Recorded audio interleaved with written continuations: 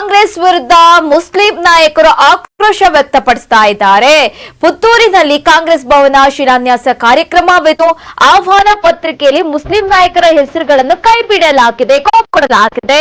ಹಾಗಾಗಿ ಈಗ ಮುಸ್ಲಿಂ ನಾಯಕರು ಕಾಂಗ್ರೆಸ್ ಸರ್ಕಾರದ ವಿರುದ್ಧ ಕಿಡಿಕಾರ್ತಾ ಇದ್ದಾರೆ.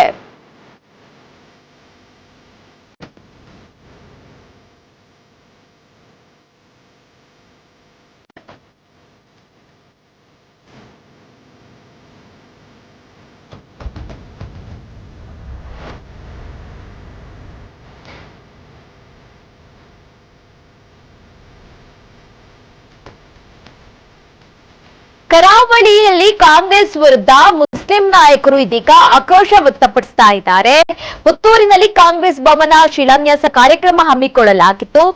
ಆಹ್ವಾನ ಪತ್ರಿಕೆಯಲ್ಲಿ ಮುಸ್ಲಿಂ ನಾಯಕರ ಹೆಸರುಗಳನ್ನು ಕೈಬಿಡಲಾಗಿದೆ. ಆಹ್ವಾನ ಪತ್ರಿಕೆಯಲ್ಲಿ ಹೆಸರು ಬಿಟ್ಟಿದ್ದಕ್ಕೆ ಇದೀಗ ಮುಸ್ಲಿಂ ನಾಯಕರು ಆಕ್ರೋಶ ವ್ಯಕ್ತಪಡಿಸ್ತಾ ಇದ್ದಾರೆ.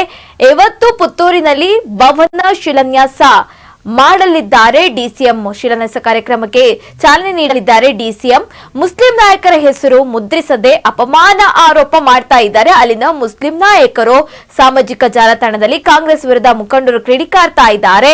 ಅಸಮಾಧಾನ ಬೆನ್ನಲ್ಲೇ ತೇಪೆ ಹಚ್ಚಲು ಜಿಲ್ಲಾ ಕಾಂಗ್ರೆಸ್ ಪ್ರಯತ್ನ ಕೂಡ ಪಟ್ಟಿದೆ.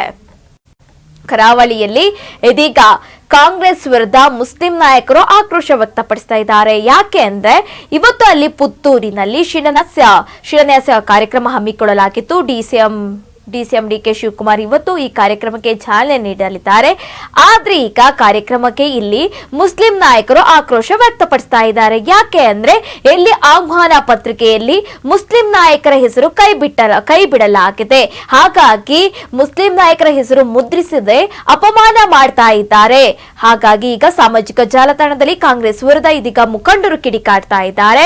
ಇನ್ನು ಅಸಮಾಧಾನ ಬೆನ್ನಲ್ಲೇ ಇದೀಗ ಈ ವಿಚಾರಕ್ಕೆ ಸಂಬಂಧಪಟ್ಟಂತೆ ತೇಪೆ ಹಚ್ಚಲು ಜಿಲ್ಲಾ ಕಾಂಗ್ರೆಸ್ ಯತ್ನ ಪಟ್ಟಿದೆ.